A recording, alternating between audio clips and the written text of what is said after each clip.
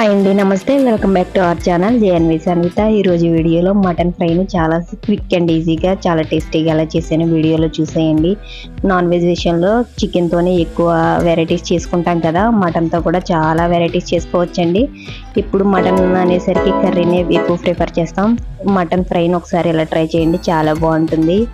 మటన్ని ఎప్పుడైనా సరే ఉప్పు నిమ్మరసం వేసుకుని 2-3 సార్లు నీట్గా క్లీన్ చేసుకుంటే నీచు వాసన రాకుండా ఉంటుంది. ఇప్పుడు ఈ మటన్ని కుక్కర్ గిన్నెలో వేసుకుని 1 టీ స్పూన్ దాకా ఉప్పు, 1 టీ స్పూన్ పసుపు, 1 టీ స్పూన్ ధనియాల పొడి, 1 టీ స్పూన్ జీలకర్ర పొడి యాడ్ చేసుకుని, కొంచెం మిరియాల పొడి కూడా యాడ్ చేసుకుని, అల్లం వెల్లుల్లి పేస్ట్ 1/2 టేబుల్ స్పూన్ యాడ్ చేసుకుని ఒకసారి బాగా కలుపుకోవాలండి. ఇందులోకి మనం యాడ్ చేసుకున్న స్పైసెస్ అన్ని ఒకసారి మటన్కి పట్టేలాగా బాగా కలుపుకున్న తర్వాత ఇప్పుడు దీనిలోకి 1 టీ స్పూన్ దాకా ఆయిల్ యాడ్ చేసుకోవాలండి. ఇలా ఆయిల్ యాడ్ చేసుకున్న తర్వాత మళ్ళీ ఒక 5 నిమిషాల పాటు బాగా కలుపుకొని ఫ్రై చేసుకోవాలి. గ్యాస్ మీడియం ఫ్లేమ్లో పెట్టుకుని ఫ్రై చేసుకోవాలి.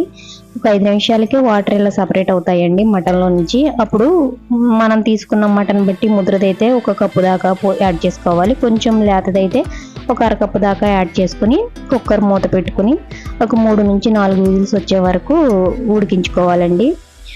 కుక్కర్ ఇలా మూత పెట్టేసుకుని ఒక 4-5 విజిల్స్ వచ్చే వరకు ఉడికించుకోవాలి. మనం తీసుకున్న మటన్ బట్టి విజిల్స్ అనేది ఇచ్చుకోండి. లేతదైతే 3 సరిపోతాయి, కొంచెం ముదురుదైతే ఇంకొంచెం 2-3 విజిల్స్ పెట్టుకోండి. ఇలా ఆవిరి మొత్తం పోయిన తర్వాత, కుక్కర్లోంచి ప్రెషర్ పోయిన తర్వాత ఒకసారి చెక్ చేసుకోండి మటన్ పీస్ అనేది ఉడికిందో లేదో.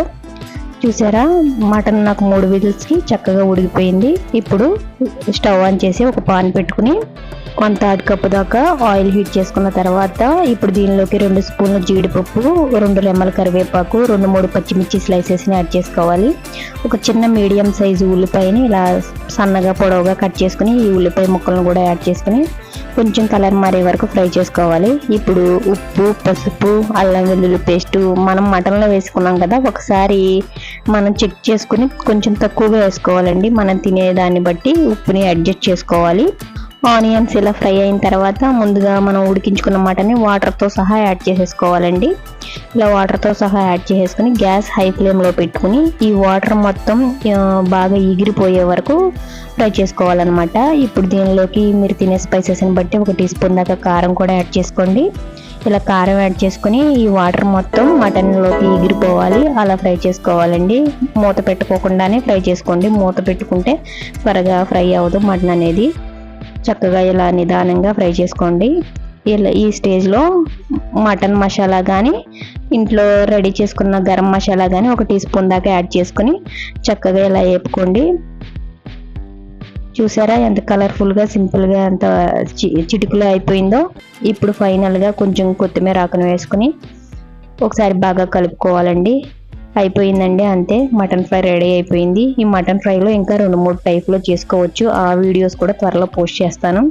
ఈ వీడియో కనుక మీకు నచ్చినట్లయితే చిన్న లైక్ ఇవ్వండి. ఇలాంటి మంచి మంచి రెసిపీస్ కోసం మన ఛానల్ని సబ్స్క్రైబ్ చేసుకోండి. Thank you for watching.